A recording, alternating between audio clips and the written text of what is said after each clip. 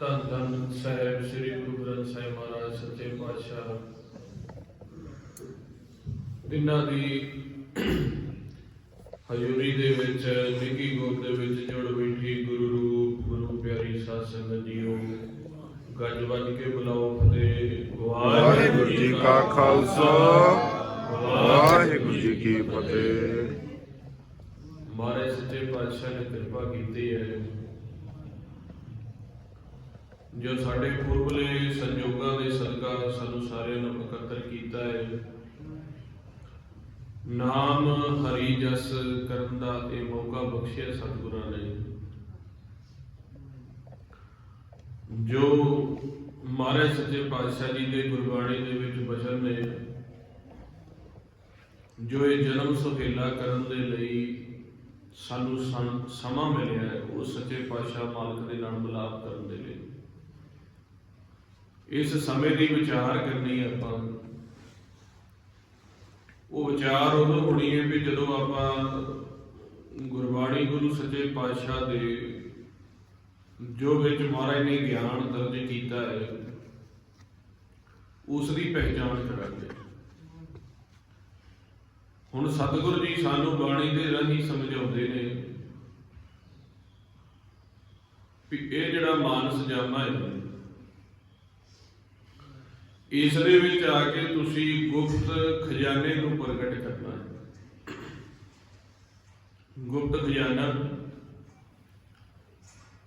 ਜੋ ਇੱਕ ਵਾਰ ਪ੍ਰਗਟ ਹੋ ਜਾਵੇ ਤੇ ਫਿਰ ਸਾਨੂੰ ਕੋਈ ਵੀ ਪਦਾਰਥ, ਚਾਹੇ ਦੁਨਿਆਵੀ ਪਦਾਰਥ ਹੈ ਚਾਹੇ ਨਾਮ ਦਾ ਪਦਾਰਥ ਹੈ, ਉਸ ਦੀ ਤ੍ਰਿਸ਼ਨਾ ਸਾਡੇ ਮਨ ਦੇ ਵਿੱਚ ਨਹੀਂ ਰਹਿ ਜਾਂਦੀ, ਦੁਬਾਰਾ ਮੰਗਣ ਦੀ ਲੋੜ ਨਹੀਂ ਪੈਂਦੀ। ਇਹ ਐਸਾ ਵਡਮੁੱਲਾ ਗੁਪਤ ਖਜ਼ਾਨਾ ਹੈ। ਹੁਣ ਆਪਾਂ ਸੰਸਾਰ ਦੇ ਵਿੱਚ ਭਟਕ ਰਹੇ ਹਾਂ, ਕੋਈ ਆਪਦੇ ਪਰਿਵਾਰ ਦੇ ਕਾਰਜਾਂ ਪਿੱਛੇ, ਕੋਈ ਘਰ ਗ੍ਰਸਤ ਦੇ ਕਾਰਜਾਂ ਪਿੱਛੇ, ਕਿਸੇ ਨੂੰ ਆਪਦੀ ਜ਼ਮੀਨ ਜਾਇਦਾਦ ਦੇ ਵਿਚਾਰ ਆਉਂਦੇ ਆ, ਕਿਸੇ ਨੂੰ ਬੱਚਿਆਂ ਦੇ ਵਿਚਾਰ ਆਉਂਦੇ ਆ, ਕਿਸੇ ਦੇ ਘਰ ਦੇ ਵਿੱਚ ਦੁੱਖ ਕਲੇਸ਼ ਰਹਿੰਦਾ ਹੈ, ਦੁਬਦਾ ਰਹਿੰਦੀ, ਝਗੜਾ ਰਹਿੰਦਾ। ਇਹ ਸਾਰੀਆਂ ਤ੍ਰਿਸ਼ਨਾਵਾਂ ਨੇ ਆ ਕੇ ਆਪਾਂ ਨੂੰ ਘੇਰ ਲਿਆ। ਇਹਨਾਂ ਦੇ ਵਿੱਚ ਘਿਰੇ ਹੋਏ ਆਪਾਂ ਸਾਰੇ ਦਾ ਸਾਰਾ ਜਿਹੜਾ ਜੀਵਨ ਹੈ ਉਹ ਬਰਬਾਦ ਕਰ ਦਿੰਦੇ ਆ, ਵਿਅਰਥ ਗਵਾ ਜਾਂਦੇ ਆ। ਤੇ ਮਹਾਰਾਜ ਕਹਿੰਦੇ ਵੀ ਤੁਹਾਡੇ ਅੰਦਰ ਖਜ਼ਾਨਾ, ਤੁਸੀਂ ਉਹਨੂੰ ਪ੍ਰਗਟ ਕਰ ਲਓ। ਨਾ ਤਾਂ ਤੁਹਾਨੂੰ ਕੋਈ ਦੁਨਿਆਵੀ ਪਦਾਰਥ ਮੰਗਣ ਦੀ ਲੋੜ ਪਊਗੀ, ਤੇ ਜਿਹੜਾ ਮਨੋਰਥ ਹੈ ਉਹ ਵੀ ਪੂਰਾ ਹੋ ਜਾਊਗਾ। ਪਰ ਸਾਨੂੰ ਕਿਸੇ ਦੱਸਿਆ ਹੀ ਨਹੀਂ ਸਾਡੇ ਅੰਦਰ ਕੋਈ ਖਜ਼ਾਨਾ ਹੈ ਜਿਹੜਾ ਪ੍ਰਗਟ ਕਰਨਾ ਪੈਂਦਾ ਹੈ। ਦੁਨੀਆ ਦੇ ਵਿੱਚ ਜਦੋਂ ਇਸ ਦੀ ਇਲਾਜ ਦੀ ਅਸੀਂ ਗੱਲ ਕਰਦੇ ਹਾਂ ਵੀ ਸਾਡੇ ਘਰ ਦੇ ਵਿੱਚ ਕਲੇਸ਼ ਬੜਾ ਰਹਿੰਦਾ ਜੀ, ਦੁਬਦਾ ਬੜੀ ਰਹਿੰਦੀ, ਇਹਦਾ ਹੱਲ ਦੱਸੋ। ਸਾਡੇ ਘਰ ਦਾ ਜੋ ਜਵਾਕ ਹੈ, ਬੱਚਾ ਹੈ, ਉਹ ਹੱਕ 'ਚ ਨਹੀਂ ਚੱਲਦਾ, ਮਾਤਾ ਪਿਤਾ ਦੀ ਸੇਵਾ ਨਹੀਂ ਕਰਦਾ। ਸਾਡੇ ਦੁਨਿਆਵੀ ਜੋ ਧਨ ਦੌਲਤ ਹੈ, ਇਸ ਦੇ ਕਾਰਜ ਨਹੀਂ ਪੂਰੇ ਹੋ ਰਹੇ, ਮਨ 'ਚ ਬੜੀ ਤ੍ਰਿਸ਼ਨਾ ਲੱਗੀ ਰਹਿੰਦੀ। ਜੋ ਧਨ ਹੈ, ਦੌਲਤ ਹੈ, ਜ਼ਮੀਨ ਜਾਇਦਾਦ ਹੈ, ਇਸ ਦੇ ਵਿੱਚ ਘਾਟਾ ਪੈ ਰਿਹਾ, ਕੋਈ ਇਹਦਾ ਹੱਲ ਦੱਸੋ। ਸਾਡੇ ਦੁਨਿਆਵੀ ਸਰੀਰ ਦੀ ਸਿਹਤ ਨਹੀਂ ਠੀਕ ਰਹਿੰਦੀ, ਇਹਦਾ ਹੱਲ ਦੱਸੋ। ਵਾਰ-ਵਾਰ ਸਾਨੂੰ ਮੰਗਣਾ ਪੈਂਦਾ। ਸੱਚੇ ਪਾਤਸ਼ਾਹ ਕਹਿੰਦੇ ਵੀ ਜੇ ਖਜ਼ਾਨਾ ਹੀ ਐਸਾ ਦੇ ਦਈਏ ਤੁਹਾਨੂੰ, ਮੰਗਣ ਦੀ ਲੋੜ ਹੀ ਨਾ ਪਵੇ, ਬਿਨਾਂ ਬੋਲੇ ਹੀ ਸਾਰੇ ਕਾਰਜ ਤੁਹਾਡੇ ਸਮਝ ਜਾਣ। ਜਿਹਨੂੰ ਬਾਰੇ ਕਹਿੰਦੇ ਨਾ, ਬਿਨ ਬੋਲਿਆ ਸਭ ਕੁਝ ਜਾਣਦਾ ਕਿ ਸਾਗਾ ਕੀਚਾ ਅਰਦਾਸ। ਇਹ ਜਿਨ੍ਹਾਂ ਦੇ ਕੋਲ ਖਜ਼ਾਨਾ ਹੈ ਉਹਨਾਂ ਬੋਲੇ ਗਿਆ। ਹੁਣ ਉਹ ਕਿਹੜਾ ਖਜ਼ਾਨਾ, ਕਿਹੜੀ ਪੂੰਜੀ ਹੈ? ਤੇ ਮਹਾਰਾਜ ਕਹਿੰਦੇ ਨੇ, ਅਨਹਦ ਬਾਣੀ ਪੂੰਜੀ ਸੰਤਨ ਹਾਥ ਰਾਖੀ ਪੂੰਜੀ। ਅਨਹਦ ਬਾਣੀ ਦੀ ਪੂੰਜੀ ਹੈ ਸਾਡੀ ਸਰੀਰ ਦੇ ਵਿੱਚ। ਇਹ ਜਿਹੜਾ ਸਾਡਾ ਸਰੀਰ ਹੈ ਨਾ, ਮਾਸ ਦਾ, ਇਹ ਮਾਨਸ ਜਾਮਾ, ਇਹਦੇ ਵਿੱਚ ਗੁਪਤ ਕਰਕੇ ਮਹਾਰਾਜ ਜੀ ਆਪਾਂ ਤੁਸੀਂ ਰੋਜ਼ ਬਾਣੀ ਦੇ ਵਿੱਚ ਪੜ੍ਹਦੇ ਆ, ਸਰਵਣ ਕਰਦੇ ਆ, ਹਰ ਜੀਓ ਗੁਫਾ ਅੰਦਰ ਰੱਖ ਕੇ ਵਾਜਾ ਪਾਉਣ ਵਜਾਇਆ ਵਾਜਾ ਪਾਉਣ, 9 ਦੁਆਰੇ ਪ੍ਰਗਟ ਕੀਏ, 10ਵਾਂ ਗੁਪਤ ਰਖਾਇਆ। ਗੁਰਦੁਆਰੇ ਲਾਏ ਭਾਵਨੀ, ਇੱਕ ਨਾ 10ਵਾਂ ਦੁਆਰ ਦਿਖਾਇਆ। ਤਹ ਅਨੇਕ ਰੂਪ ਨਾਉ ਨਾਉ ਜਿਸ ਦਾ ਅੰਤ ਨਾ ਜਾਈ ਪਾਵੇ। ਸੱਚੇ ਪਾਤਸ਼ਾਹ ਕਹਿੰਦੇ ਉਹ ਜਿਹੜਾ 10ਵਾਂ ਗੁਪਤ ਕੀਤਾ ਹੈ ਨਾ, ਉਸ ਨੂੰ ਪ੍ਰਗਟ ਕਰੋ ਤੁਸੀਂ। ਤੇ ਜਿਵੇਂ ਪ੍ਰਗਟ ਹੋ ਗਿਆ ਤੇ ਤੁਸੀਂ ਉੱਥੇ ਆਸਣ ਲਾ ਲਿਓ। ਉਹ ਥਿਰ ਘਰ ਦੀ ਪਹਿਚਾਣ ਕਰਕੇ ਨਾ ਆਪਦੇ ਸਰੀਰ ਦੇ ਵਿੱਚ ਪਹਿਲੋਂ ਥਿਰ ਘਰ ਦੀ ਲੱਭ ਲਓ। ਉਹਨੂੰ ਹਰੀ ਦਾ ਮੰਦਿਰ ਵੀ ਕਹਿ ਦਿੱਤਾ ਹੈ, ਹਰ ਮੰਦਿਰ ਕਹਿ ਦਿੱਤਾ ਹੈ, ਸੱਚਖੰਡ ਕਹਿ ਦਿੱਤਾ ਹੈ। ਮਹਾਰਾਜ ਕਹਿੰਦੇ ਉਹ ਥਿਰ ਘਰ ਦੀ ਪਹਿਚਾਣ ਕਰਕੇ ਉਸ ਦੇ ਵਿੱਚ ਤੁਸੀਂ ਆਪ ਦਾ ਆਸਣ ਲਾ ਲਿਓ, ਤੁਹਾਡੇ ਸਾਰੇ ਕਾਰਜ ਮੈਂ ਆਪ ਪੂਰੇ ਕਰਾਂਗਾ। ਪੜ੍ਹਦੇ ਨੇ, ਥਿਰ ਘਰ ਬੈਸੋ ਹਰ ਜਨ ਪਿਆਰੇ, ਸਤਿਗੁਰ ਤੁਮਰੇ ਕਾਜ ਸਵਾਰੇ। ਦੁਸ਼ਟ ਦੂਤ ਪਰਮੇਸ਼ਰ ਮਾਰੇ, ਜਨ ਕੀ ਪੈਜ ਰੱਖੀ। ਹੁਣ ਆਪਾਂ ਥਿਰ ਘਰ ਦੇ ਵਿੱਚ ਬੈਠਣਾ ਸਿੱਖਣਾ ਹੈ। ਸਾਡੇ ਅੰਦਰ ਅਨਾਹਦ ਬਾਣੀ ਤੋਂ ਭਾਵ ਹੈ ਐਸੀਆਂ ਧੁਨਾਂ ਵੱਜਦੀਆਂ ਸਾਡੀ ਦੇਹੀ ਦੇ ਵਿੱਚ, ਐਸੇ ਸ਼ਬਦ ਵੱਜ ਰਹੇ ਆ, ਐਸਾ ਅਨਾਹਦ ਕੀਰਤਨ ਚੱਲ ਰਿਹਾ। ਜਿਵੇਂ ਇੱਥੇ ਹੁਣ ਭਾਈ ਸਾਹਿਬ ਉਹਨਾਂ ਨੇ ਆਪਦੇ ਫੋਨ ਦੇ ਵਿੱਚ ਸਪੀਕਰ 'ਚ ਸਾਰਿਆਂ ਨੂੰ ਕੀਰਤਨ ਸੁਣਾਉਂਦੇ ਪਏ ਸੀ ਨਾ ਲਾ ਕੇ। ਇਹ ਗੁਰਮੁਖੀ ਭਾਸ਼ਾ 'ਚ ਹੁੰਦਾ, ਕੋਈ ਹਿੰਦੀ ਭਾਸ਼ਾ 'ਚ ਕੀਰਤਨ ਕਰਦਾ, ਕੋਈ ਗੁਰਬਾਣੀ ਦਾ ਕੀਰਤਨ ਕਰਦਾ, ਕੋਈ ਵੇਦਾਂ ਸ਼ਾਸਤਰਾਂ ਦੇ ਸ਼ਬਦਾਂ ਦਾ ਕੀਰਤਨ ਕਰਦਾ। ਪਰ ਮਹਾਰਾਜ ਕਹਿੰਦੇ ਵੀ ਜਿਹੜਾ ਕੀਰਤਨ ਤੁਹਾਡੇ ਅੰਦਰ ਚੱਲਦਾ ਹੈ ਨਾ, ਇਹ ਕਿਸੇ ਭਾਸ਼ਾ ਵਿੱਚ ਨਹੀਂ ਚੱਲਦਾ, ਵੀ ਨਾ ਪੰਜਾਬੀ 'ਚ ਚੱਲੇ, ਨਾ ਹਿੰਦੀ 'ਚ ਚੱਲੇ, ਨਾ ਸਤਨਾਮ ਵਾਹਿਗੁਰੂ ਦਾ ਚੱਲੇ, ਨਾ ਰਾਮ ਹਰੀ ਅੱਲਾ ਦਾ ਚੱਲੇ। ਇਹ ਚੱਲਦਾ ਅਨਾਹਦ ਬਾਣੀ ਦਾ ਕੀਰਤਨ। ਮਹਾਰਾਜ ਦੀ ਬਾਣੀ ਦੇ ਵਿੱਚ ਲਿਖਿਆ, ਹਰਿ ਕੀ ਕਥਾ ਅਨਾਹਦ ਬਾਣੀ, ਹੰਸ ਹੋਏ ਹੀਰਾ ਲੈ ਪਛਾਣੀ। ਜੇ ਕਿਤੇ ਅਨਾਹਦ ਬਾਣੀ ਦਾ ਕਹਿੰਦੇ ਖਜ਼ਾਨਾ ਤੁਹਾਡੇ ਅੰਦਰ ਪ੍ਰਗਟ ਹੋ ਜਾਵੇ, ਬਸ ਫਿਰ ਕਿਸੇ ਵੀ ਧਨ ਦੌਲਤ ਪਦਾਰਥ ਨੂੰ ਮੰਗਣ ਦੀ ਲੋੜ ਹੀ ਨਹੀਂ ਪੈਂਦੀ। ਆਪਣੇ ਆਪ ਸਤਿਗੁਰ ਕਿਰਪਾ ਕਰਦੇ, ਕਿਉਂ ਖਜ਼ਾਨਾ ਹੀ ਐਸਾ ਹੈ। ਉਹਨੂੰ ਕਿਹਾ ਚੌਥਾ ਪਦਾਰਥ, ਨਾਮ ਪਦਾਰਥ। ਹੁਣ ਆਪਣੇ ਅੰਦਰ ਜੇ ਆਪਾਂ ਧਿਆਨ ਧਰ ਕੇ ਦੇਖੀਏ, ਬੇਸ਼ੱਕ ਬਾਣੀ ਪੜ੍ਹਦੇ ਆ, ਸਿਮਰਨ ਕਰਦੇ ਆ, ਬਹੁਤੇ ਜੀਵਨ ਨੂੰ ਬੜੇ ਸਾਲ ਹੋ ਜਾਂਦੇ, ਤੇ ਆਪਾਂ ਦੇਖੀਏ ਵੀ ਸਾਨੂੰ ਅਨਾਹਦ ਸ਼ਬਦਾਂ ਦੀ ਉਹ ਧੁਨ ਸੁਣਦੀ ਹੈ ਆਪਣੇ ਅੰਦਰ। ਮਹਾਰਾਜ ਦੀ ਬਾਣੀ ਕਦੀ ਵੀ ਸੁਣਨੀ ਚਾਹੀਦੀ ਹੈ। ਆਪਾਂ ਸੁਰਤੀ ਨੂੰ ਅੰਦਰ ਜਾ ਕੇ ਦੇਖੀਏ ਵੀ ਕਿੰਨੀਆਂ ਕੁ ਧੁਨਾਂ ਸਾਨੂੰ ਸੁਣਦੀਆਂ ਨੇ। ਗੁਰੂ ਸਾਹਿਬ ਤਾਂ ਕਹਿੰਦੇ ਨੇ ਵੀ ਤੁਹਾਡੇ ਅੰਦਰ ਗੁਰਦੁਆਰਾ ਬਣਾਇਆ ਹੋਇਆ ਹੈ, ਹਰ ਮੰਦਰ ਇਹੋ ਸਰੀਰ ਹੈ, ਗਿਆਨ ਰਤਨ ਪ੍ਰਗਟ ਹੋਏ। ਹਰ ਮੰਦਰ ਮੈਂ ਹਰ ਵਸੈ ਸਰਬ ਨਿਰੰਤਰ ਸੋਏ। ਤੇਰਾ ਜਨ ਨਿਰਤ ਕਰੈ ਗੁਣ ਗਾਵੈ, ਰਵਾਬ ਪਖਾਵੈ ਤਾਲ ਘੁੰਗਰੂ, ਅਨਹਦ ਸ਼ਬਦ ਵਜਾਵੈ। ਹੁਣ ਮਹਾਰਾਜ ਕਹਿੰਦੇ ਵੇਖੋ ਪੜਚੋਲ ਕਰਕੇ। ਫਿਰ ਜਦੋਂ ਆਪਾਂ ਪੜਚੋਲ ਕਰਨੇ ਆ, ਆਪਾਂ ਕਹਿੰਦੇ ਸਾਡੇ ਤਾਂ ਅੰਦਰ ਜੀ ਕੁਛ ਨਹੀਂ ਸੁਣਾਈ ਦਿੰਦਾ। ਹਾਂ, ਕਦੇ ਸਿਮਰਨ ਕਰ ਲਈਏ ਵਾਹਿਗੁਰੂ ਦਾ, ਜਾਂ ਕਿਤੇ ਬਾਣੀ ਪੜ੍ਹ ਲਈਏ, ਉਹ ਕਦੇ ਦਿਮਾਗ ਦੇ ਵਿੱਚ, ਮਨ ਵਿੱਚ ਸ਼ਬਦ ਜ਼ਰੂਰ ਚੱਲਦੇ ਨੇ, ਪਰ ਜਿਹੜੀ ਅਨਹਦ ਬਾਣੀ ਦੀ ਨਵੀਂ ਗੱਲ ਸੁਣਾਈ ਨਾ ਤੁਸੀਂ, ਸਾਡੇ ਅੰਦਰ ਤਾਂ ਕੁਝ ਨਹੀਂ ਚੱਲਦਾ ਜੀ। ਫਿਰ ਗੁਰਮੁਖ ਕਹਿੰਦੇ ਨੇ ਇਕੱਲੀ ਅਨਹਦ ਬਾਣੀ ਨਹੀਂ, ਤੁਹਾਡੇ ਅੰਦਰ ਅੰਮ੍ਰਿਤ ਰਸ ਵੀ ਚੱਲਦਾ ਹੈ। ਮਹਾਰਾਜ ਕਹਿੰਦੇ ਅੰਤਰ ਖੂੰਟਾ ਅੰਮ੍ਰਿਤ ਭਰਿਆ, ਸ਼ਬਦ ਹੈ ਕਾਢ ਪੀਏ ਪਨਿਹਾਰੀ। ਤੁਹਾਡੇ ਅੰਦਰ ਕਹਿੰਦੇ ਦੇਹ ਦੇ ਵਿੱਚ ਅੰਮ੍ਰਿਤ ਦਾ ਕੁੰਡ ਭਰਿਆ ਹੋਇਆ। ਇੱਕ ਤਾਂ ਅੰਮ੍ਰਿਤ ਇਸ ਤਰ੍ਹਾਂ ਨਹੀਂ ਵੀ ਆਪਾਂ ਬਾਣੀ ਪੜ੍ਹੀ ਤੇ ਇੱਕ ਆਨੰਦ ਆਉਂਦਾ ਸਰੀਰ ਨੂੰ, ਨੀਂਦ ਚੰਗੀ ਆਉਂਦੀ ਹੈ, ਭੁੱਖ ਚੰਗੀ ਲੱਗਦੀ ਹੈ, ਉਹ ਨਹੀਂ। ਮਹਾਰਾਜ ਕਹਿੰਦੇ ਘੁੱਟਾਂ ਦੇ ਨਾਲ, ਜੋ ਸੱਚੇ ਪਾਤਸ਼ਾਹ ਕਹਿੰਦੇ ਪਿਆਲਾ ਸਾਜਿਆ ਜਾਂਦਾ ਹੈ ਜਦੋਂ ਕਿਰਪਾ ਹੋ ਜਾਂਦੀ ਹੈ, ਘੁੱਟਾਂ ਦੇ ਨਾਲ ਅੰਮ੍ਰਿਤ ਅੰਦਰ ਜਾਂਦਾ ਹੈ। ਏਕ ਜੋ ਬਾਤ ਅਨੂਪ ਬਣੀ ਹੈ, ਪਵਨ ਪਿਆਲਾ ਸਾਜਿਆ।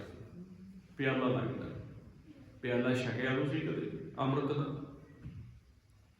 ਤੇ ਫਿਰ ਜਦੋਂ ਵਿਚਾਰ ਕੀਤੀ ਸੰਸਾਰੀ ਜੀਵਾਂ ਨਾਲ ਤੇ ਕਹਿੰਦੇ ਵੀ ਨਹੀਂ ਜੀ ਅਸੀਂ ਤਾਂ ਕੋਈ ਅੰਮ੍ਰਿਤ ਨਹੀਂ ਪੀਤਾ। ਆਲੇ ਫਿਰ ਜੇ ਤੁਸੀਂ ਅਨਾਹਦ ਧੁਨਾ ਨਹੀਂ ਸੁਣੀਆਂ, ਅੰਮ੍ਰਿਤ ਨਹੀਂ ਪੀਤਾ, ਤੇ ਫਿਰ ਕਹਿੰਦੇ ਸੱਚ ਦੇ ਤਾਂ ਦਰਸ਼ਨ ਕੀਤੇ ਹੋਣਗੇ ਜਿਨ੍ਹਾਂ ਤੁਹਾਨੂੰ ਭੇਜਿਆ, ਜਿਹੜਾ ਤੁਹਾਨੂੰ ਸਵਾਸ ਦਿੰਦਾ ਪਿਆ। ਤੇ ਕਹਿੰਦੇ ਇੱਕ ਇੱਕ ਸਵਾਸ ਗਿਣ ਗਿਣ ਕੇ ਬੜੇ ਧਿਆਨ ਨਾਲ ਤੁਹਾਨੂੰ ਦਿੰਦਾ ਹੈ। ਮਹਾਰਾਜ ਕਹਿੰਦੇ ਆਪੇ ਕਰਤਾ ਕਰ ਕਰ ਵੇਖੈ, ਦਿੰਦਾ ਸਾਸ ਗ੍ਰਾਹਾ ਗ੍ਰਾਹ, ਸਵਾਸਾਂ ਦੀ ਗ੍ਰਾਹੀ ਦੇ ਰਿਹਾ ਆਪਾਂ। ਜਿਵੇਂ ਮਾਤਾ ਆਪਦੇ ਬੱਚੇ ਨੂੰ ਭੋਜਨ ਦੀ ਇੱਕ ਗ੍ਰਾਹੀ ਮੂੰਹ ਦੇ ਵਿੱਚ ਪਾ ਦਿੰਦੀ ਆ, ਉਹ ਖਾ ਲੈਂਦਾ, ਫਿਰ ਉਹਦਾ ਧਿਆਨ ਰੱਖਦੀ, ਫਿਰ ਦੂਜੀ ਗ੍ਰਾਹੀ ਪਾ ਦਿੰਦੀ, ਫਿਰ ਤੀਜੀ ਗ੍ਰਾਹੀ ਪਾ ਦਿੰਦੀ, ਉਹਦਾ ਧਿਆਨ ਰੱਖਦੀ। ਇਸੇ ਤਰੀਕੇ ਗ੍ਰਾਹੀ ਪਾਉਂਦਾ ਪਿਆ ਆਪਾਂ ਨੂੰ, ਗ੍ਰਾਹੀ ਦੇ ਰਿਹਾ। ਇੱਕ ਸਵਾਸ ਜਾਂਦਾ, ਫਿਰ ਬਾਹਰ ਆ ਜਾਂਦਾ, ਫਿਰ ਦੂਜਾ ਦੇ ਦਿੰਦਾ, ਫਿਰ ਤੀਜਾ ਦੇ ਦਿੰਦਾ। ਇੱਥੋਂ ਆਪਾਂ ਖਿੱਚਦੇ ਹਾਂ, ਖਾਲੀ ਦੇ ਵਿੱਚੋਂ ਸਵਾਸ ਖਿੱਚਦੇ। ਤੇ ਮਹਾਰਾਜ ਕਹਿੰਦੇ ਜਿਹੜਾ ਦਿਨ ਰਾਤ ਤੁਹਾਨੂੰ ਸਵਾਸ ਦਿੱਤੀ ਜਾਂਦਾ ਹੈ, ਤੇ ਸਵਾਸ ਦੇਊਗਾ ਤਾਂ ਬੜਾ ਨੇੜੇ ਹੋ ਕੇ ਇੱਥੋਂ ਦਿੰਦਾ ਪਿਆ। ਤੇ ਵੇਖਿਆ ਤਾਂ ਹੋਣਾ ਹੀ ਹੈ ਤੁਸੀਂ, ਆਲੇ ਨਾ ਇਸ ਤਰ੍ਹਾਂ ਵੇਖਿਆ। ਆਲੇ ਤੁਹਾਡੇ ਅੰਦਰ ਹੁੰਦਾ ਆਸਣ ਲੱਗਾ ਹੋਇਆ, ਮਸਤਕ ਦੇ ਉੱਤੇ ਆਸਣ। ਕਹਿੰਦੇ ਮਸਤਕ ਪਦਮ ਦੁਆਲੇ ਮਣੀ, ਮਾਹੇ ਨਰੰਜਨ ਤ੍ਰੈ ਪਵਨ ਧਣੀ। ਨਿਸ਼ਾਨੀ ਦੱਸੀ ਹੈ, ਪੰਜ ਸ਼ਬਦ ਨਰਮਾਇਲ ਵਾਜੇ, ਢੁਲਕੀ ਚਵਰ ਸੰਖ ਕਣਕ। ਆਦੇ ਮਸਤਕ ਦੇ ਉੱਤੇ ਸੱਚੇ ਸਾਹਿਬ ਜੀ ਆਸਣ ਲਾ ਕੇ ਬੈਠੇ ਆ, ਪੰਜੇ ਸ਼ਬਦਾਂ ਦੀ ਧੁਨ ਵੱਜਦੀ ਪਈ ਆ। ਤੁਹਾਡੇ ਅੰਦਰ ਨਾਹਦ ਸ਼ਬਦਾਂ ਦਾ ਕੀਰਤਨ ਚੱਲਦਾ ਪਿਆ, ਅੰਮ੍ਰਿਤ ਰਸ ਚੱਲਦਾ ਹੈ।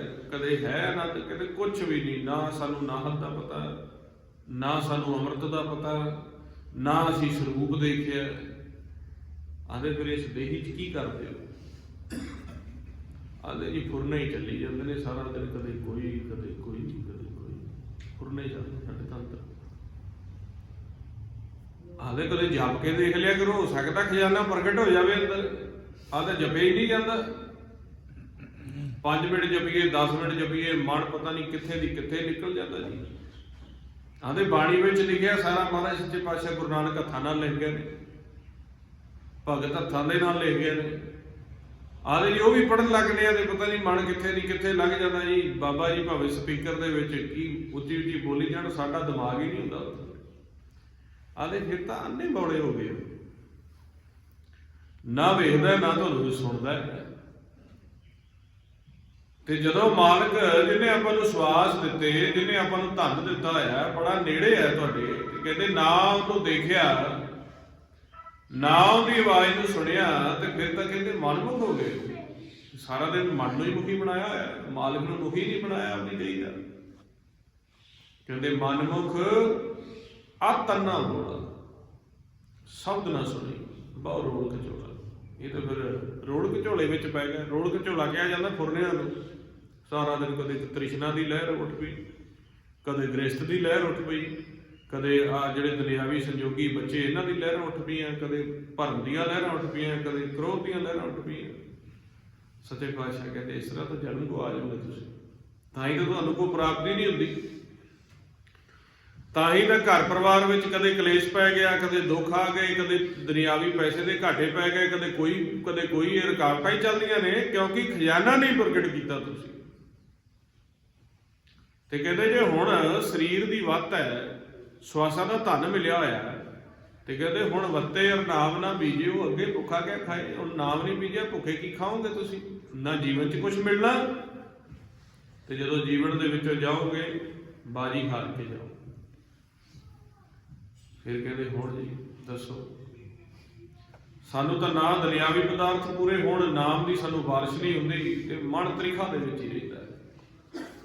ਸੱਚੇ ਪਾਤਸ਼ਾਹ ਕਹਿੰਦੇ ਕੋਈ ਗੱਲ ਨਹੀਂ, ਇਹ ਆਪਾਂ ਸੁਣਦੇ ਜਾਣਾ ਬੜੇ ਧਿਆਨ ਨਾਲ, ਕਿਤੇ ਸਾਡੇ ਵੀ ਇਹ ਹਾਲਾਤ ਤਾਂ ਨਹੀਂ ਵੀ ਸਾਨੂੰ ਨਾਹਦ ਸ਼ਬਦ ਦਾ ਪਤਾ ਹੀ ਨਾ ਹੋਵੇ, ਸਾਨੂੰ ਮਾਲਕ ਦੇ ਸਰੂਪ ਦਾ ਪਤਾ ਹੀ ਨਾ ਹੋਵੇ, ਆਪਾਂ ਅੰਮ੍ਰਿਤ ਪੀਤਾ ਹੀ ਨਾ ਹੋਵੇ। ਤੇ ਮਹਾਰਾਜ ਜੀ ਕਹਿੰਦੇ ਕਿਤੇ ਬਗਾਨੀ ਜਗ੍ਹਾ ਤੇ ਥੋੜੀ ਨਾ ਸੀਗਾ, ਆ ਜਿਹੜੀ ਦੇਹੀ ਦੇ ਵਿੱਚ ਵਸਦੇ ਹੋ ਇਹਦੇ ਵਿੱਚ ਹੀ ਹੈ।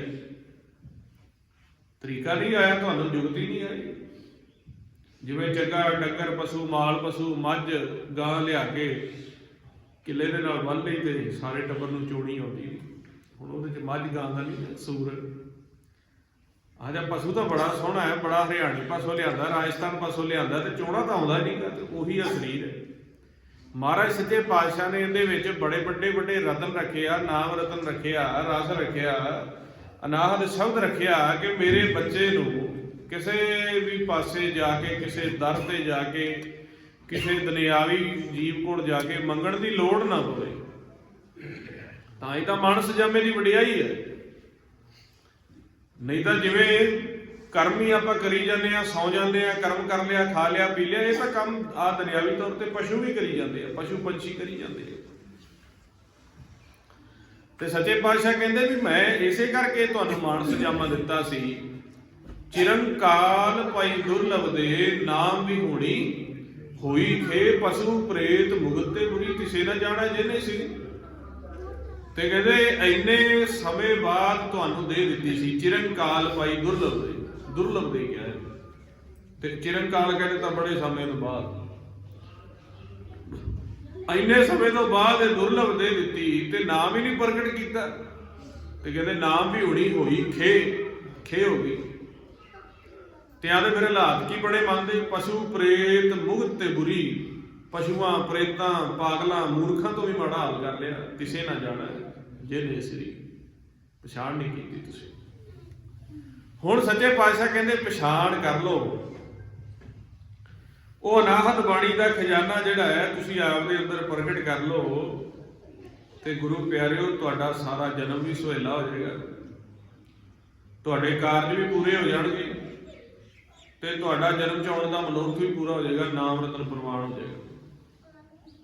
ਆਪਾਂ ਰੋਜ਼ ਪੜ੍ਹਦੇ ਹਾਂ, ਇਹ ਮਨ ਮੇਰਿਆ ਤੂੰ ਸਦਾ ਰਹੋ ਹਰ ਨਾਲੇ।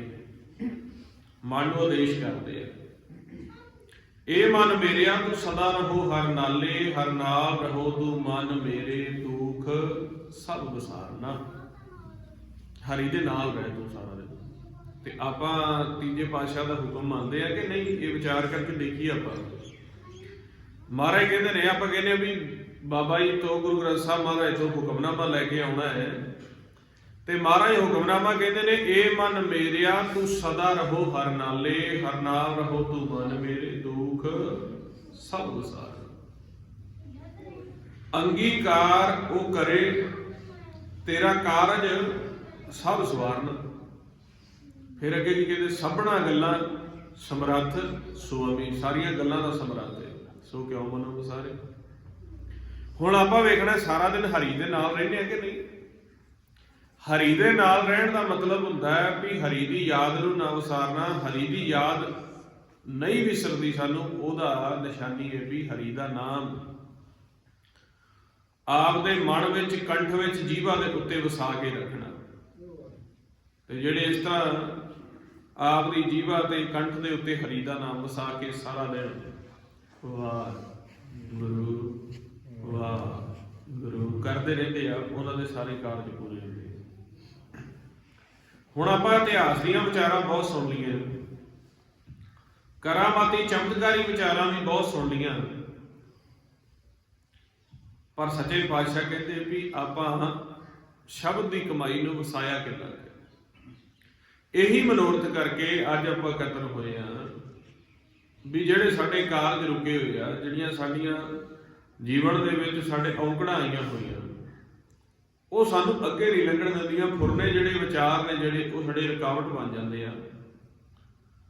ਤੇ ਮਾਨਸ ਜਾਮੇ ਦੇ ਵਿੱਚ ਆਉਣ ਤੋਂ ਬਾਅਦ ਵੀ ਜਿਹੜਾ ਉਹ ਅਨਾਹਤ ਸ਼ਬਦਾਂ ਦਾ ਖਜ਼ਾਨਾ ਅਸੀਂ ਨਹੀਂ ਪ੍ਰਾਪਤ ਕਰ ਸਕਦੇ, ਤੇ ਅਸੀਂ ਅਧੂਰੇ ਹੀ ਚਲੇ ਜਾਂਦੇ। ਹੁਣ ਤਰੀਕਾ ਫਿਰ ਦੱਸਦੇ ਨੇ ਵੀ ਜੇ ਤੁਸੀਂ ਚਾਹੁੰਦੇ ਹੋ ਵੀ ਸਾਡਾ ਵੀ ਉਸ ਘਰ ਦੇ ਵਿੱਚ ਪ੍ਰਵੇਸ਼ ਹੋ ਜਾਵੇ ਜਿੱਥੇ ਸੱਚੇ ਪਾਤਸ਼ਾਹ ਨੇ ਇਹ ਗੁਪਤ ਰਤਨ ਰੱਖੇ ਹੋਏ ਆ, ਗੁਪਤਾ ਨਾਮ ਵਰਤਾ ਵਿੱਚ ਕਲਯੁਗ ਘਟ ਘਟ ਹਰ ਭਰਪੂਰ ਰਹਿਆ, ਨਾਮ ਰਤਨ ਤਿਨਾ ਹਿਰਦੇ ਪ੍ਰਗਟਿਆ, ਜੋ ਗੁਰ ਸਰਣਾਈ ਭਜ ਗਏ। ਗੁਪਤ ਨਾਮ ਪ੍ਰਗਟ ਹੋ ਜਾਏ, ਸਾਡੇ ਅੰਦਰ ਵੀ ਉਹ ਸਾਜ਼ ਚੱਲਣੇ ਸ਼ੁਰੂ ਹੋ ਜਾਣ, ਸਾਡੇ ਅੰਦਰ ਵੀ ਅੰਮ੍ਰਿਤ ਦੇ ਘੋਟ ਆਉਣੇ ਸ਼ੁਰੂ ਹੋ ਜਾਣ, ਅਸੀਂ ਵੀ ਪਰਮੇਸ਼ਰ ਦੇ ਪਿਆਰੇ ਬਣ ਜਾਈਏ। ਤੇ ਜੇ ਪਰਮੇਸ਼ਰ ਦੇ ਅਸੀਂ ਪਿਆਰੇ ਬਣਾਂਗੇ ਤਾਂ ਹੀ ਤਾਂ ਹਰ ਦੁੱਖ ਸੁੱਖ ਦੀ ਵਿਚਾਰ ਉਹਦੇ ਨਾਲ ਕਰਾਂਗੇ। ਤਾਂ ਹੀ ਤਾਂ ਉਹਨੂੰ ਆਪਦੀਆਂ ਮੁਸ਼ਕਲਾਂ ਦੱਸਾਂਗੇ। ਹੁਣ ਨਾ ਤਾਂ ਸਾਨੂੰ ਦਿਖੇ, ਨਾ ਸਾਨੂੰ ਸੁਣੇ, ਤੇ ਨਾ ਅਸੀਂ ਉਹਦੇ ਸਨਮੁਖ ਹੋਣਾ ਜਾਣਦੇ ਹਾਂ, ਤੇ ਮੁਸ਼ਕਲਾਂ ਦੱਸੀਏ ਕਿਹਨੂੰ। ਇਸ ਕਰਕੇ ਸੱਚੇ ਪਾਤਸ਼ਾਹ ਨੇ ਕਿਹਾ, ਸਿੱਖੋ ਸ਼ਬਦ ਪਿਆਰਿਓ, ਜਨਮ ਮਰਨ ਕੀ ਟੇਕ, ਮੁਖ ਉਜਲ ਸਦਾ ਸੁਖੀ, ਨਾਨਕ ਸਿਮਰਤੇ। ਸ਼ਬਦ ਸਿੱਖਣਾ ਪਏਗਾ। ਸ਼ਬਦ ਨੂੰ ਦੁਨੀਆ ਦੀਆਂ ਗੱਲਾਂ ਬਾਤਾਂ ਸਿਖਾਉਣ ਵਾਲੇ ਬਹੁਤ ਸਾਨੂੰ ਸੰਸਾਰ 'ਚ ਮਿਲਦੇ ਆ, ਪਰ ਸ਼ਬਦ ਸਿਖਾਉਣ ਵਾਲੇ ਜਾਂ ਤਾਂ ਪਰਮੇਸ਼ਰ ਆਪ ਹੈ, ਜਾਂ ਗੁਰੂ ਹੈ, ਜਾਂ ਸੰਤ ਨੇ। ਇਹੀ ਸਾਨੂੰ ਸ਼ਬਦ ਸਿਖਾਉਂਦੇ ਨੇ, ਹੋਰ ਦੂਜਾ ਕੋਈ ਸਾਨੂੰ ਸ਼ਬਦ ਨਹੀਂ ਸਿਖਾਉਂਦਾ। ਤੇ ਸੰਸਾਰ ਦੀ ਮੱਤ ਸਿੱਖ ਸਿੱਖ ਕੇ ਅਸੀਂ ਇੰਨੇ ਬੇਮੁਖ ਹੋ ਚੁੱਕੇ ਹਾਂ ਕਿ ਗੁਰਸਿੱਖਾਂ ਸੰਤਾਂ ਸਾਧੂਆਂ ਦਾ ਸੰਗ ਨਹੀਂ ਕਰਦੇ। ਆਪਾਂ ਉਹਨਾਂ ਦਾ ਸੰਗ ਨਹੀਂ ਕਰਦੇ, ਤੇ ਉਹਨਾਂ ਨੇ ਫਿਰ ਸਾਨੂੰ ਸਿਖਾਉਣਗੇ ਕਿਵੇਂ, ਜਦੋਂ ਕੋਲ ਹੀ ਨਹੀਂ ਜਾਵਾਂਗੇ ਤਾਂ। ਕਬੀਰ ਸਾਹਿਬ ਤਾਂ ਕਹਿੰਦੇ, ਕਬੀਰ ਸੇਵਾ ਕੋ ਦੋਏ ਭਲੇ, ਇੱਕ ਸੰਤ ਇੱਕ ਰਾਮ, ਰਾਮ ਜੋ ਦਾਤਾ ਮੁਕਤ ਕੋ, ਸੰਤ ਜਪਾਵੇ ਨਾਮ। ਸੋ ਆਓ ਫਿਰ ਆਪਾਂ ਉਸ 10ਵੇਂ ਘਰ ਦੀ ਖੋਜ ਦੇ ਵਿੱਚ, ਉਸ ਅਨਾਹਤ ਖਜ਼ਾਨੇ ਦੀ ਖੋਜ ਦੇ ਵਿੱਚ ਆਪਾਂ ਅਭਿਆਸ ਕਰੀਏ। ਮਾਲਕ ਸਾਡੇ ਉੱਤੇ ਕਿਰਪਾ ਕਰ ਦੇਣ, ਸਾਡੇ ਅੰਦਰ ਉਹ ਨਾਮ ਦਾ ਧਨ ਪ੍ਰਗਟ ਕਰ ਦੇਣ, ਤੇ ਐਸੀ ਕਿਰਪਾ ਹੋ ਜਾਵੇ ਫਿਰ ਸਾਨੂੰ ਮੰਗਣ ਦੀ ਲੋੜ ਨਾ ਪਵੇ। ਦਰ ਦਰ ਦੇ ਉੱਤੇ ਜਾ ਕੇ ਸਾਨੂੰ ਤ੍ਰਿਸ਼ਨਾ ਦੇ ਵਿੱਚ ਠੋਕਰਾਂ ਖਾਣ ਦੀ ਲੋੜ ਨਾ ਪਵੇ। ਸੱਚੇ ਪਾਤਸ਼ਾਹ ਸਹਿਜ ਸੁਭਾਅ ਸਾਡੇ ਦੀ ਕਿਰਪਾ ਕਰ ਦੇਣ। ਤੇ ਉਹ ਤਰੀਕਾ ਹੈ ਸ਼ਬਦ ਖਜ਼ਾਨੇ ਨੂੰ ਪ੍ਰਗਟ ਕਰਨ ਦਾ, ਉਹ ਅਨਾਹਤ ਸ਼ਬਦਾਂ ਨੂੰ, 10ਵੇਂ ਘਰ ਦੀ ਬਾਣੀ ਨੂੰ ਪ੍ਰਗਟ ਕਰਨ ਦਾ। ਨੇਤਰ ਬੰਦ ਕਰਨੇ, ਮੁੱਖੋਂ ਬੋਲਣਾ ਹੈ, ਤੇ ਬੋਲਦਿਆਂ ਬੋਲਦਿਆਂ ਆਪ ਦੀ ਆਵਾਜ਼ ਨੂੰ ਸੁਣੀ ਜਾਣਾ। ਆਪ ਦੀ ਆਵਾਜ਼ ਵਿੱਚ ਧਿਆਨ ਰੱਖਣਾ, ਤੇ ਅੱਖਾਂ ਵੀ ਬੰਦ ਰੱਖਣੀਆਂ, ਤੇ ਮੁੱਖ ਦੀ ਨੀਵੀਂ ਨਹੀਂ ਪਾਉਣੀ, ਮੁੱਖ ਨੂੰ ਉੱਪਰ ਚੱਕਣਾ। ਆਪ ਦੀ ਆਵਾਜ਼ ਬੋਲ ਬੋਲ ਕੇ ਅਭਿਆਸ ਕਰਨਾ ਹੈ। ਆਪ ਦੀ ਆਵਾਜ਼ ਦੇ ਵਿੱਚ ਧਿਆਨ ਰੱਖਣਾ ਹੈ, ਨੇਤਰ ਬੰਦ ਰੱਖਣੇ ਆ, ਤੇ ਵਾਹਿਗੁਰੂ ਦਾ ਗੁਰਮੰਤਰ ਦਾ ਉਚਾਰਨ ਕਰਨਾ ਹੈ। ਜਿਵੇਂ ਗੁਰਮੁਖ ਕਰਾਉਂਦੇ ਪਏ ਸੀ ਨਾ, ਅੱਖਾਂ ਆਪਾਂ ਖੋਲ ਲੈਂਦੇ ਆ, ਫਿਰ ਸਾਡਾ ਧਿਆਨ ਜਿਹੜਾ ਫਿਰ ਬਾਹਰ ਮੁਖੀ ਹੋ ਜਾਂਦਾ। ਫਿਰ ਕਦੇ ਕਿਸੇ ਆਕਾਰ ਨੂੰ ਦੇਖੇਗਾ, ਕਦੇ ਕਿਸੇ ਜੀ ਨੂੰ ਦੇਖੇਗਾ, ਉਹ ਧਿਆਨ ਸ਼ਬਦ 'ਚ ਟਿਕੇਗਾ ਨਹੀਂ। ਤੇ ਬੋਲਣਾ ਇਸ ਕਰਕੇ ਆ ਵੀ ਹੁਣੇ ਅੰਨਾ ਬੋਲਾ ਜਿਹੜਾ ਹੋਇਆ, ਇੱਥੋਂ ਆਪਾਂ ਬੋਲਦੇ ਆ, ਸਾਡੀਆਂ ਆਵਾਜ਼ਾਂ ਨਹੀਂ ਸੁਣਦਾ, ਤੇ ਜਦੋਂ ਆਪਾਂ ਬੋਲ ਕੇ ਕੰਨਾਂ ਨੂੰ ਸੁਣਾਵਾਂਗੇ ਤੇ ਸ਼ਬਦ ਸਾਡੇ ਮਨ ਦੇ ਵਿੱਚ ਵਸੂਗਾ। ਤੇ ਸ਼ਬਦ ਦੀ ਹੀ ਆਪਾਂ ਕਮਾਈ ਕਰਨ ਇਸ ਸੰਸਾਰ ਵਿੱਚ ਆਏ ਆ। ਇਹੀ ਕਮਾਈ ਸਾਡੇ ਤੋਂ ਹੁੰਦੀ ਨਹੀਂ, ਤੇ ਜੇ ਇਹ ਕਮਾਈ ਕਰ ਜਾਈਏ ਤੇ ਫਿਰ ਕਿਸੇ ਚੀਜ਼ ਦੀ ਤੋੜ ਵੀ ਨਹੀਂ ਰਹਿੰਦੀ। ਸੋ ਆਓ ਫਿਰ ਆਪਾਂ ਸ਼ੁਰੂ ਕਰੀਏ। ਨੇਤਰ ਬੰਦ ਕਰਕੇ ਬੋਲ ਕੇ ਗੁਰਮੰਤਰ ਦਾ ਗੁਣ ਗਾਵਤ, ਤੇਰੀ ਉਤਰਸ ਮੈਲ, ਬਿਨਸ ਜਾਏ ਹੋ ਮੈਂ ਬੇਖੈਰ, ਹੋ ਚਿੰਤ ਬਸੈ ਸੁਖ ਨਾਲ, ਸਾਸ ਗਰਾਸ ਹਰ ਨਾਮ ਸਮਾਨ। ਆਓ ਉਸ ਵਾਸਤੇ ਗਰਾਸ ਆਪਾਂ ਸ਼ਬਦ ਦਾ ਅਭਿਆਸ ਕਰੀਏ। ਨੇਤਰ ਬੰਦ ਕਰਕੇ, ਕਿਸੇ ਨੇ ਵੀ ਲੋਕ ਲੱਜਾ ਸ਼ਰਮ ਦੇ ਵਿੱਚ ਆ ਕੇ ਇਹ ਨਾ ਹੋਵੇ ਵੀ ਕੋਈ ਬੋਲੇ ਨਾ। ਸਾਰੀ ਸੰਗਤ ਨੇ ਬੋਲ ਕੇ ਉੱਚੀ ਆਵਾਜ਼ ਦੇ ਵਿੱਚ ਅਭਿਆਸ ਕਰਨਾ ਹੈ। ਆਓ ਜੀ ਕਰੋ ਸ਼ੁਰੂ ਜੀ। ਵਾਹਿਗੁਰੂ ਵਾਹਿਗੁਰੂ ਵਾਹਿਗੁਰੂ ਵਾਹਿਗੁਰੂ ਵਾਹਿਗੁਰੂ ਵਾਹਿਗੁਰੂ ਵਾਹਿਗੁਰੂ ਵਾਹਿਗੁਰੂ ਵਾਹਿਗੁਰੂ। ਬੋਲੋ ਵਾਹਿਗੁਰੂ, ਸਾਰੇ ਬੋਲੋ। ਵਾਹਿਗੁਰੂ ਵਾਹਿਗੁਰੂ ਵਾਹਿਗੁਰੂ ਵਾਹਿਗੁਰੂ ਵਾਹਿਗੁਰੂ ਵਾਹਿਗੁਰੂ ਵਾਹਿਗੁਰੂ ਵਾਹਿਗੁਰੂ ਵਾਹਿਗੁਰੂ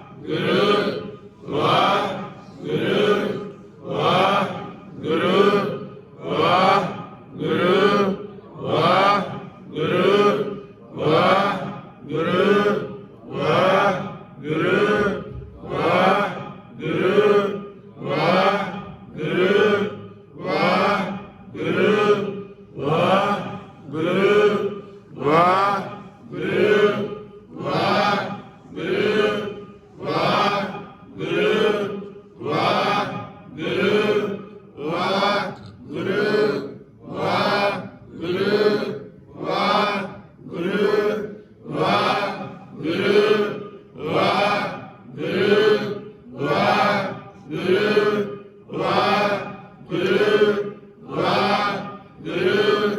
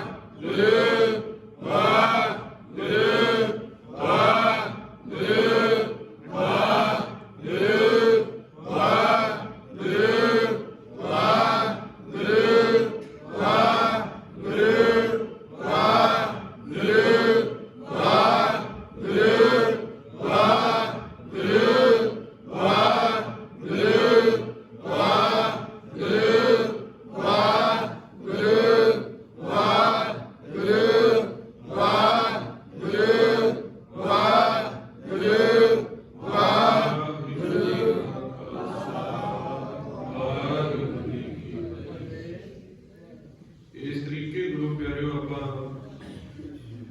ਗੁਰਮੰਤਰ ਦੇ ਵਿੱਚ ਆਪ ਦੀ ਆਵਾਜ਼ ਦੇ ਵਿੱਚ ਧਿਆਨ ਕਰਕੇ ਜਦੋਂ ਅਭਿਆਸ ਕਰਾਂਗੇ ਨਾ, ਸਾਡੇ ਮਨ ਦੇ ਆਪਣੇ ਆਪ ਵਿਚਾਰ ਟੁੱਟਦੇ ਜਾਣਗੇ। ਵਿਚਾਰ ਟੁੱਟਦੇ ਰਹਿਣਗੇ, ਮਨ ਸਹਿਜ ਜਾਂਦਾ ਜਾਊਗਾ। ਔਰ ਜਿਵੇਂ ਜਿਵੇਂ ਵਿਚਾਰ ਘਟਦੇ ਜਾਣ, ਉਵੇਂ ਉਵੇਂ ਆਪਾਂ ਹੌਲੀ ਹੌਲੀ ਹੌਲੀ ਹੌਲੀ ਆਵਾਜ਼ ਨੂੰ ਸਹਿਜ ਲਈ ਜਾਣਾ, ਸੁਰਤੀ ਨੂੰ ਸਹਿਜ ਲਈ ਜਾਣਾ। ਤੇ ਜਿਹੜਾ ਗੁਰੂ ਅਰਜਨ ਦੇਵ ਮਹਾਰਾਜ ਜੀ ਦਾ ਬਚਨ ਹੈ, ਸੁਨ ਸਮਾਦ ਅਨਹਤ ਨਾਦ ਕਹਿਣ ਨਾ ਜਾਈ ਅਚਲ ਵਿਸਵਾਸ। ਹੌਲੀ ਹੌਲੀ ਜਿਵੇਂ ਆਪਣੇ ਵਿਚਾਰ ਰੁਕਦੇ ਜਾਂਦੇ ਆ ਨਾ, ਆਵਾਜ਼ ਨੂੰ ਵਾਹਿਗੁਰੂ ਵਾਹਿਗੁਰੂ ਘੱਟ ਕਰਦੇ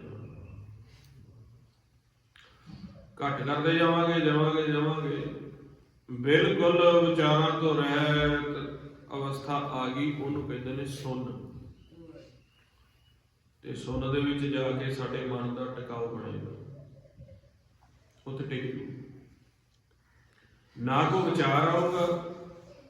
ਤੇ ਜਿਹੜਾ ਆਪਾਂ ਗੁਰਮੰਤਰ ਦਾ ਅਭਿਆਸ ਕਰਦੇ ਹਾਂ, ਇਹ ਅਭਿਆਸ ਵੀ ਜਾ ਕੇ ਰੁਕ ਜਾਊਗਾ। ਜਿਵੇਂ ਮੁੱਖ ਖੜ ਜਾਂਦਾ ਇਸ ਤਰ੍ਹਾਂ ਖੜ,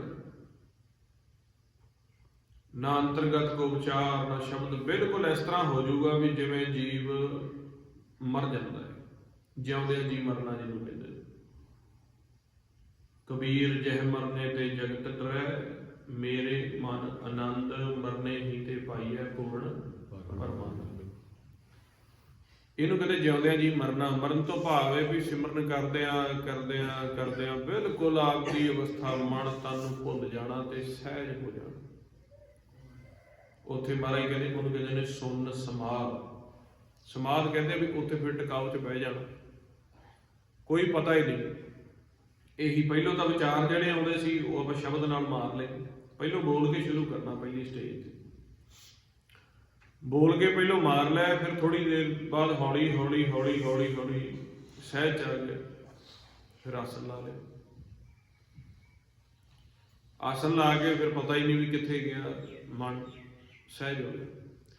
ਉਸ ਅਵਸਥਾ ਜਦੋਂ ਲਗਾਤਾਰ ਬੈਠਾਂਗੇ ਸੁੰਨ ਹੋ ਕੇ, ਧਿਆਨ ਆਪਦਾ ਕੰਨਾਂ ਪਾਸੇ ਰੱਖਣਾ, ਉੱਥੋਂ ਫਿਰ ਅੰਦਰੋਂ ਅਨਹਤ ਸ਼ਬਦ ਪ੍ਰਗਟ ਹੁੰਦੇ ਆ, ਸਾਡੇ ਅੰਦਰ ਵੱਜ ਰਹੇ ਆ ਹਰ ਵਕਤ ਤੋਂ।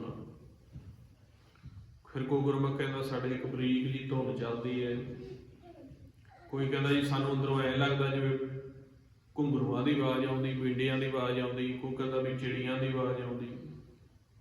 ਉੱਥੇ ਪਤਾ ਲੱਗਦਾ ਵੀ ਸਾਡੇ ਅੰਦਰ ਤਾਂ ਕੀਰਤਨ ਚੱਲਦਾ ਪਿਆ, ਨਾਮ ਸ਼ਬਦ ਚੱਲਦੇ ਪਏ, ਚੱਲ ਰਹੇ ਆ, ਸਾਰਿਆਂ ਦੇ ਅੰਦਰ ਚੱਲ ਰਹੇ ਆ, ਪਰ ਕਿਸੇ ਖੋਜ ਨਹੀਂ ਕਰਕੇ ਦੇਖੀ।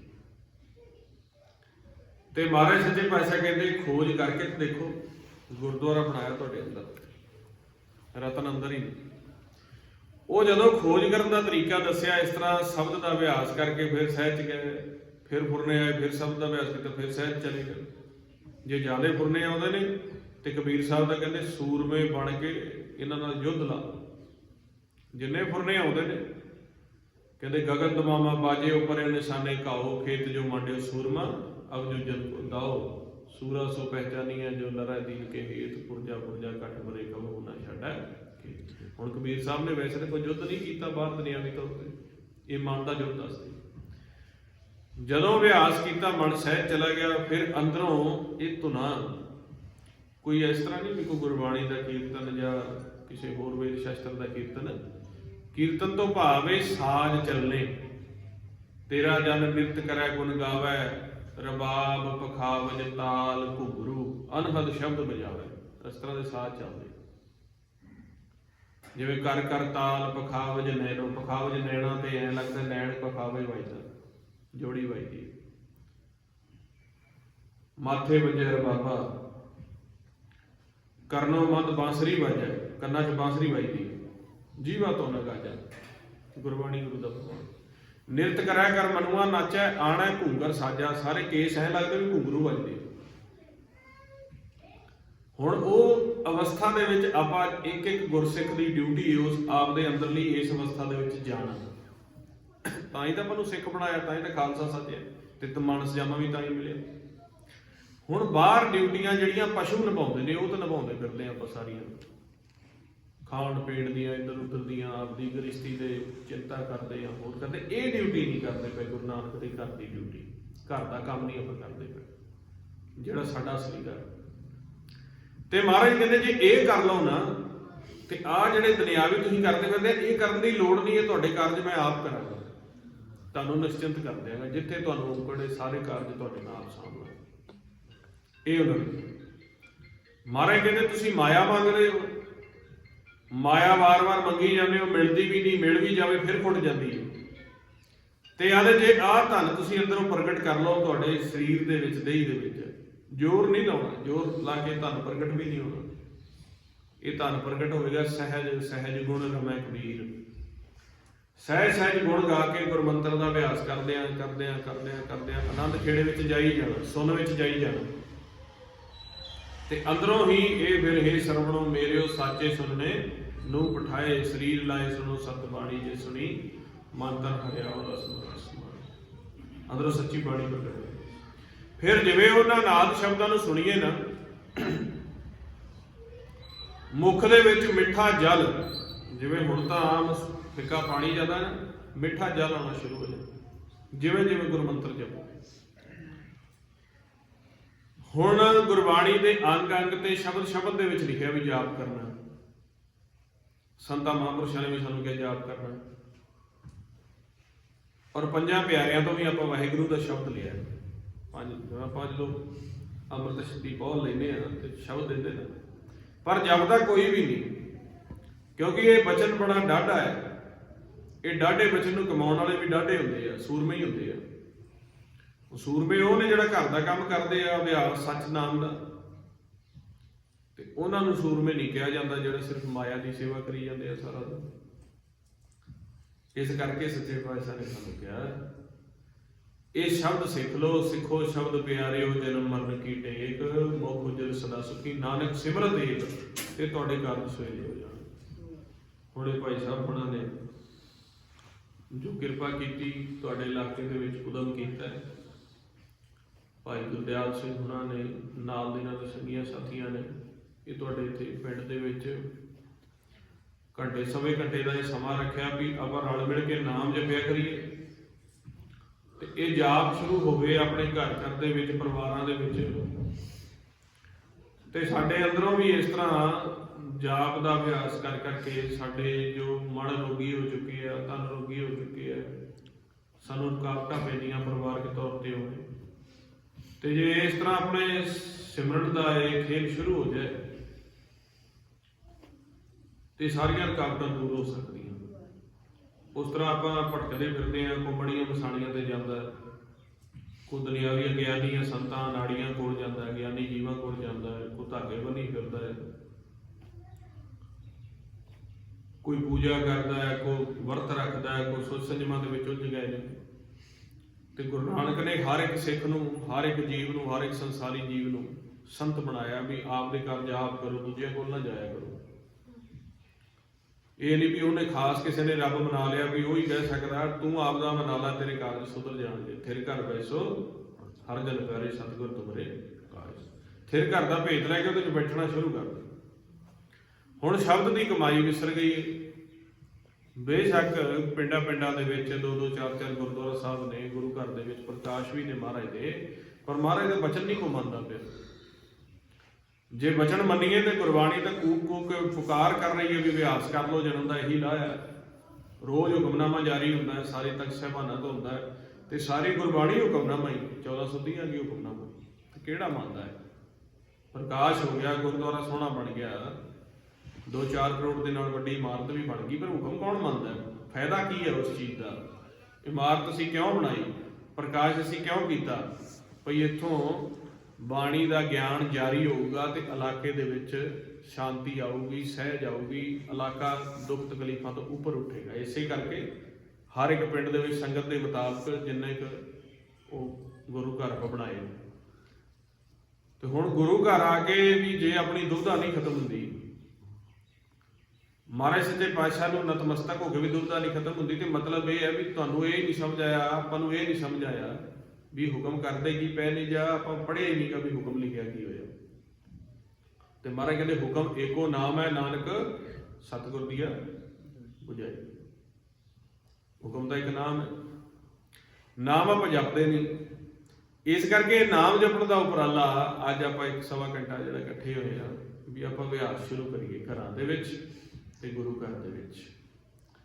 ਘਰਾਂ ਦੇ ਵਿੱਚ ਤਾਂ ਆਪਾਂ ਪਰਿਵਾਰ ਦੇ ਨਾਲ ਜਿਹੜਾ ਆਪਾਂ ਨੂੰ ਹੁਕਮ ਹੈ ਮਹਾਰਾਜ ਦਾ, ਹੋਵੋ ਇਕੱਤਰ ਮਿਲੋ ਮਿਲੇ ਭਾਈ, ਦੁਬਿਧਾ ਦੂਰ ਕਰੋ, ਲਿਵ ਲਾਏ ਹਰ ਨਾਮੇ ਕੇ ਹੋਵੋ ਜੋੜੀ, ਗੁਰਮੁਖ ਵੈਸੋ ਸਭ। ਵੀ ਪਰਿਵਾਰ ਜਿਹੜਾ ਇੱਕ ਸੁਬਹ ਕਰਮ ਦੇ ਵਿੱਚ ਜਾਣਾ ਸਾਰਿਆਂ ਨੇ, ਕਿਸੇ ਨੇ 6 ਵਜੇ ਨਿਕਲ ਜਾਣਾ, 7 ਵਜੇ ਜਾਣਾ, ਕਿਸੇ 9 ਵਜੇ ਜਾਣਾ। ਕਰਮ ਵਿੱਚ ਜਾਣ ਤੋਂ ਪਹਿਲਾਂ ਸਾਰਾ ਪਰਿਵਾਰ ਇਕੱਠਾ ਹੋ ਜਾਏ ਤੇ ਸਿਮਰਨ ਕਰੇ। ਸਿਮਰਨ ਕੀਤਾ, ਬਾਣੀ ਪੜ੍ਹੀ, ਉਸ ਤੋਂ ਬਾਅਦ ਆਪ ਆਪਦੇ ਕਰਮ ਤੇ ਨਿਕਲ ਗਏ, ਤਾਂ ਕਿ ਜਿਹੜਾ ਸਵੇਰ ਨਾਲ ਹੀ ਸਾਡੇ ਮਨ ਦੇ ਵਿੱਚ ਅੰਮ੍ਰਿਤ ਇਕੱਠਾ ਹੋ ਗਿਆ, ਸ਼ਬਦ ਦੇ ਨਾਲ ਮਨ ਜੁੜ ਗਿਆ, ਹੁਕਮ ਚ ਆ ਗਿਆ। ਨਾ ਤਾਂ ਜਿਹੜੀ ਕੋਈ ਮਾੜੀ ਮੋਟੀ ਆਪਸ ਦੇ ਵਿੱਚ ਵਿਚਾਰ ਉਹ ਖਤਮ ਹੋ ਗਏ, ਫਿਰ ਸਾਰਾ ਦਿਨ ਕਾਰਜ ਸੁਹੇਲਾ ਹੈ ਤੇ ਕਰਮ ਕਰਦਿਆਂ ਨਾਲ ਨਾਲ ਵਾਹਿਗੁਰੂ ਵਾਹਿਗੁਰੂ ਵਾਹਿਗੁਰੂ ਕਰੋ। ਤੇ ਸ਼ਾਮ ਨੂੰ ਜਦੋਂ ਪਰਿਵਾਰ ਫਿਰ ਇਕੱਠਾ ਹੋਇਆ, ਫਿਰ ਜਿਹੜੀ ਕੋ ਸਾਰੇ ਦਿਨ ਦੇ ਵਿੱਚ ਕੋਈ ਵਿਚਾਰ ਕਰਨਾ, ਆਪਸ ਦੇ ਵਿੱਚ ਗੱਲਾਂ ਬਾਤਾਂ ਕਰਦੇ ਆ, ਮਾੜਾ ਮੋਟਾ ਕੋ ਮਨ ਮਟਾ, ਮਨ ਤੇ ਮੈਲ ਕੋ ਲੱਗੀ, ਸ਼ਾਮ ਨੂੰ ਫਿਰ ਇਕੱਠੇ ਹੋ ਕੇ ਸਿਮਰਨ ਕਰ ਰਹੇ ਪਰਿਵਾਰ ਨੂੰ, ਫਿਰ ਮੈਲ ਉਤਰ ਗਈ। ਕਿਉਂਕਿ ਮਹਾਰਾਜ ਨੇ ਕਿਹਾ ਨਾ, ਮਨ ਧੋਵੋ ਸ਼ਬਦ ਲਾਗੋ ਹਰਸਿਓ ਰਹੋ ਚਿਤ ਲਾਏ। ਮਨ ਨੂੰ ਰੋਜ਼ ਦਾ ਰੋਜ਼ ਧੋ ਦਿਓ ਸ਼ਬਦ ਲਾ ਕੇ, ਮੈਲ ਤਾਂ ਲੱਗੂਗੀ ਨਾ, ਸੰਸਾਰ ਮੇਲਾ ਹੈ ਤੇ ਸੰਸਾਰ ਵਿੱਚ ਮਨਮੁਖ ਵੀ ਮਿਲ ਜਾਂਦੇ ਨੇ, ਮਨਮੁਖੀ ਕਾਰਜ ਵੀ ਕਰਨੇ ਪੈ ਜਾਂਦੇ ਆ। ਸੰਸਾਰ ਇੱਕ ਕਜਲ ਕੋਠੜੀ ਹੈ, ਤੇ ਉਹ ਮੈਲ ਲੱਗੀ ਜਾਂ ਕਿਤੇ ਗਲਤੀ ਨਾਲ ਲੱਗੀ, ਕੋਈ ਮਨ ਚ ਫੁਰਨੇ ਆ ਗਏ, ਵਿਚਾਰ ਆ ਗਏ, ਉਹਨੂੰ ਧੋ ਦਿਓ ਸ਼ਾਮ ਨੂੰ। ਗੁਣ ਗਾਵਤ ਤ੍ਰੀ ਉਤਰਸ ਮੈਲ ਮਿਲ ਸਜਾਏ ਹੋ ਮੈਂ ਵਿਖ ਵਿਖਿਆ ਜਿਹੜੀ ਖਤਮ ਹੋ ਜਾਏ। ਤੇ ਫਿਰ ਸੰਗਤੀ ਰੂਪ ਦੇ ਵਿੱਚ ਆਪਾਂ ਅਭਿਆਸ ਕਰੀਏ ਤੇ ਖੁਸ਼ਹਾਲੀ ਕਿਵੇਂ ਨਹੀਂ ਆਉਂਦੀ ਪਰਿਵਾਰ ਦੇ ਵਿੱਚ ਜਾਂ ਪਿੰਡ ਦੇ ਇਲਾਕੇ ਵਿੱਚ। ਜੇ ਕੋਈ ਏਜੰਸੀਆਂ ਮਾੜਾ ਕਰਦੀਆਂ, ਸਰਕਾਰਾਂ ਮਾੜਾ ਕਰਮ ਕਰਦੀਆਂ, ਤੇ ਜੇ ਅਸੀਂ ਜੋੜੀ ਅਭਿਆਸ ਨਾਲ ਗਏ, ਉਹ ਸਾਨੂੰ ਨਿਤਨੇਮ ਕਰਨ ਤੋਂ, ਅਭਿਆਸ ਕਰਨ ਤੋਂ ਤਾਂ ਨਹੀਂ ਰੋਕਦੇ। ਏਜੰਸੀਆਂ ਇਹ ਤਾਂ ਨਹੀਂ ਕਹਿੰਦੀਆਂ ਵੀ ਘਰ ਬਹਿ ਕੇ ਅਭਿਆਸ ਨਾ ਕਰੋ, ਸਰਕਾਰਾਂ ਇਹ ਤਾਂ ਨਹੀਂ ਕਹਿੰਦੀਆਂ ਵੀ ਬਾਣੀ ਨਾ ਪੜ੍ਹੋ।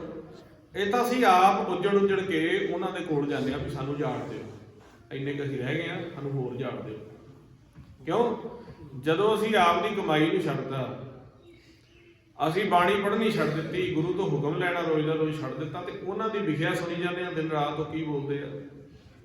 ਤੇ ਮਹਾਰਾਜ ਸੱਚੇ ਪਾਤਸ਼ਾਹ ਨੇ ਕਿਹਾ ਵੀ ਜਿਹੜੇ ਇਸ ਤਰ੍ਹਾਂ ਦੇ ਰਾਜੇ ਆ, ਕੂੜ ਰਾਜਾ ਹੈ, ਤੇ ਉਹਨੇ ਕੂੜ ਦੇ ਰਾਜ ਨੇ ਅਗਾਂਹ ਪ੍ਰਜਾ ਨੂੰ ਵੀ ਕੂੜ ਕਰਨਾ, ਤੇ ਸੰਸਾਰ ਨੂੰ ਵੀ ਕੂੜ ਕਰਨਾ। ਤੇ ਉਹ ਤਾਂ ਕੂੜ ਨੇ ਦਿਨ ਰਾਤ ਝੂਠ ਮਾਰਦੇ ਆ। ਤੇ ਆਪਾਂ ਆਪਦੀ ਕਮਾਈ ਵਿਸਾਰ ਕੇ, ਸ਼ਬਦ ਬਾਣੀ ਦੇ ਵਿੱਚੋਂ ਵਿਸਾਰ ਕੇ ਉਹਨਾਂ ਦਾ ਪਿੱਛਾ ਕਰੀ ਜਾਵਾਂਗੇ ਤੇ ਅਸੀਂ ਵੀ ਕੂੜੇ ਹੋ ਜਾਵਾਂਗੇ। ਇਸ ਕਰਕੇ ਗੁਰੂ ਪਿਆਰਿਓ, ਸ਼ਬਦ ਦੀ ਕਮਾਈ ਨਾਲ ਜੁੜੀਏ। ਜੋ ਇਹਨਾਂ ਭਵਨਾਂ ਦਾ ਮਨੋਰਥ ਹੈ, ਇਹ ਗੁਰੂ ਘਰ ਦਾ ਮਨੋਰਥ ਹੈ, ਸੱਚੇ ਪਾਤਸ਼ਾਹ ਨੇ ਆਪਾਂ ਨੂੰ ਬਖਸ਼ਿਸ਼ ਦਿੱਤੀ ਹੈ, ਉਹ ਮਨੋਰਥ ਨੂੰ ਆਪਾਂ ਪੂਰਾ ਕਰੀਏ।